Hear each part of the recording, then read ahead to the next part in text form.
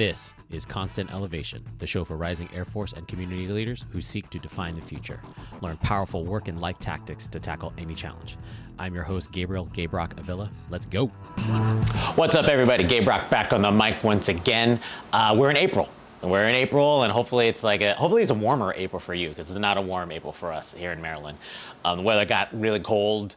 And it is what it is. And so we know that some of our family in Arizona and in Vegas and in Hawaii are having much warmer weather, but it'll come around. It's just springtime. And so looking forward to the change of seasons and all the good stuff coming around. Speaking of seasons, the CrossFit Open season is done for me because I'm not advanced to the quarterfinals. Overall, though, I had a good time there. I did the one and done workouts over at Revival Fitness. Overall, I scored in the worldwide 40 to 44. So that's the second degree master's division. I ended up in the 82nd percentile.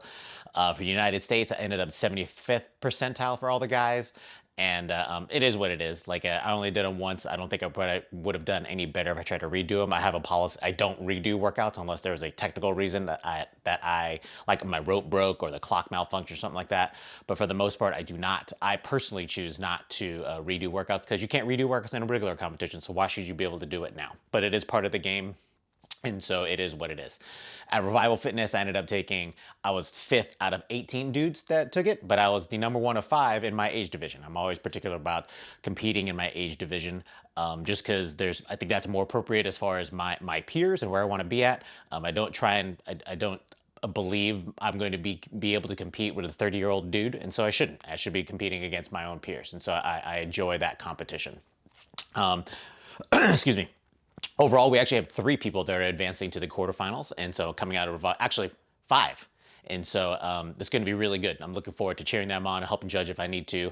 So congratulations to all the athletes at Revival Fitness. If you're around the Maryland area, please join us for some of the classes. Actually, because for the next 10 weeks, I'll be coaching a little bit more because I just started school. So this week's episode is just going to talk about kind of my mindset going back into PME. Specifically, I'm going to the Joint and Combined Warfighting School to get my JPME Level 2 credit.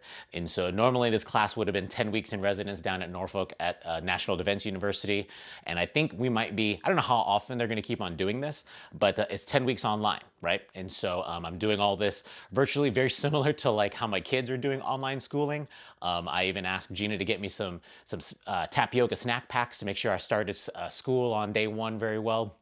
And so far it's been pretty cool. I've been looking forward to this. I've been looking forward to the academic break or the operations break to do some academic kind of stuff. But already it's I had to put my mind back into okay, so how do I make sure I set myself up for success and not just treat this as I'm just going to check the box kind of thing. I had some of my mentors deliberately said, no, we need you to make sure you're coming out of this as a joint qualified officer, not just in records, but also with the entire mindset and tool set. So I'm just going to share with you some of my initial impressions, not necessarily on the school, but how I'm just preparing for some of these, doing getting through this, the entire 10 weeks, and then as well as really drawing parallels that I'm sure that some of your kids out there are probably doing if they're still doing online schooling. And so it's just it's way late in the game, as far as my start of the academic season, and then they were doing the regular school year. But I feel some of their limitations, frustrations, but we're going to get through it. So some of the stuff that eventually I had to figure out is, so we actually start most of our classes on the East Coast time. So we start at the gentlemanly hour of 10 a.m. in the morning, which I'm not mad about. We have a couple people in the Central Time Zone, so I think it's 9 a.m. for them. But it's good, right? And so it gives enough time. And part of that is because I need to have a bunch of time to do all the readings. And there is a crap ton of readings, and it is what it is. I already anticipated that. Going back to my command staff college days, we had a lot of reading there too. And so you just got to make the time to do it. This is my full-time job. I don't have another job. I'm not doing my regular job at JVHU Doden, whatever that job would have been. And so I'm pouring myself into this. And so the fact that I was used to knowing how to organize my time and stuff like that, and my family situation kind of knows that this is my full-time job. They see me in downstairs in the basement, but they know I have my headphones on. They're probably not going to see me actually they know I'm in school. And so all of us are doing our respective jobs now. Right. I think this is like the third or fourth time they've been doing this virtual online version of the class, and it's very, very well done. They use Blackboard. We have Blackboard, SharePoint, all the tools kind of sets. It takes you a little bit to get used to just navigating to where you need to go where. But once you're in there, it actually is very, very efficient to use as far as online schooling going. I spent like an hour downloading, I'm not kidding, downloading all of the required readings for this first block, organizing some of the focus questions, because they give you all the stuff. You just have to search around, start looking for what are the assignments you have to do. And then we have an exam already next week and several assignments due next week.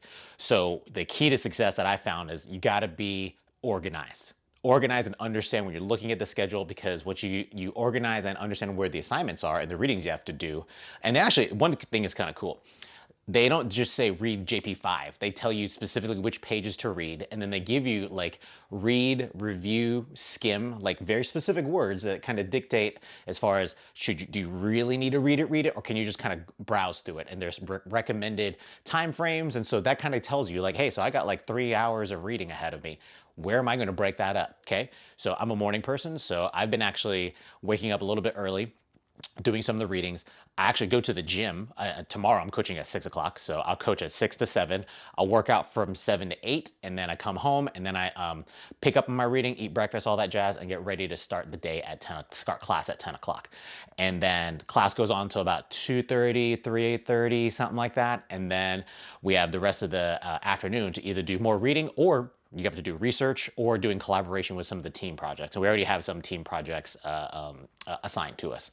So it can be very overwhelming when you look at it all, but like I'm seeing it all and I'm like, no, there's things I do. I'm actually recording this podcast in between, like I finished school, recording this podcast, and then I'm taking Benjamin to soccer this afternoon. So like there's ways to fit it in. You just got to make sure that you're applying the amount of priorities and resources and just focusing on that event that's there. And so far, I think this is only week 1. So this is the kind of thing. Organization is going to be key. I've got my workflows set up, whatever I keep my documents, my, apportioning time for some of these side projects that I have to do. And you just got to stay on top of that. If you're on top of that, you're not going to stress out any. There will be some work that's probably required on the weekend. So which ones do I want to do in the weekend? I'm probably not going to want to do project collaborations on the weekend because I want to spend time with my family. So therefore, reading is going to be happening on the weekends. And I'll wake up early and I forgot how much coffee I consume during any kind of academic stuff. So the coffee machine upstairs is going to be ticking. But yeah, organization, making sure you have my electronic kind of stuff. I'm even going to bring some of like my readings to Ben's soccer practice in a little bit. And so I can get it all done. I'm going to be there for an hour. And so I'm going to make sure I use that hour accordingly. And then the other piece I found is like endurance. This is like 10 weeks. You have to maintain. I'm constantly telling myself like, hey, you got to find that sweet spot. My old, my first command staff college instructor, Commander Waro, I think he's a general, brigadier general now of the Norwegian Army. Steady makes the day. He really told us that is like, hey, so just take it day by day, all those kind of things, apply the amount of effort, and you're gonna get through it. Also, the endurance piece of it all applies to the team environment. Is really like it's set up as a team. So we have some time. We already have, for the exam we're taking next week, the faculty approved us doing a team study guide. And so like instead of all of us typing out all the questions to do this 2-hour exam, then we all do a certain chapter or portion of the study guide. We collaborate, so it's 18 of us, right? We all collaborate onto the same document. And so I just saved myself 17/18ths, whatever that, I'm not gonna do the math. It's like 90-something% of the work. I don't have to trust my teammates are gonna do what, are gonna fill it in with the amount of notes that needs to be there. But I do, like we all wanna cooperate to graduate. And so that ways of just kind of dividing and conquering information is gonna be key. I actually volunteered as the knowledge manager for the team, because I really think that like I understand how to quickly, I set up a Slack thing for us. I'm walking people through SharePoint and Blackboard, and like I'm familiar with these technologies, and I can kind of make sure that we're all on the same page. But also being able to just, hey, reminder, this thing is due on Tuesday. Make sure you go to here. Here's an example. There's not that I was ever shooting for it, but like there's no DG program in this school, so if nobody cares, we just need to graduate. So I want to help everybody succeed, and overcoming some of those like electronic things that shouldn't be the barrier for someone struggling. So if I can help, I'm going to help, and I feel very comfortable doing those kind of roles. And so that idea of finding places like, hey, so I can take this on. I don't mind doing this. We have a paper that's due. I have actually a Marine and an Army soldier. We're going to be writing our paper. The way the school is pretty much designed, they give you like these milestones that it's almost like these deliberate check-in to make sure that you're on pace with some of the bigger projects. And so our initial proposal is due in like 2 weeks, and we have to do the thesis statement and all that jazz. And like, it's good. I don't mind doing it. I'm glad that our team just kind of decided that like, hey, we're gonna go, we want to pick a topic that's relevant, but we also will go the path of least resistance. In other words, like, we don't need to find like the most interesting, compelling argument out there and try and solve world hunger. We need to produce a good paper. That's what's required, and that's what we're going to do. And so our first brainstorming yesterday, we have a bunch of stuff that we have, but I think it's enough good stuff. We're meeting with the faculty. They're going to help sharpen and refine exactly our approach on the paper. And then I think we're going to start doing our research and analysis, and that's what I'm looking forward to. So all of those things as I go along for this class over 10 weeks, it's going to be good. I'm pouring myself in there. I'm taking this all seriously. I have my workplace down here all set up for it. My dual monitor. You can see it here. Here's a newer monitor, and I got my other stuff.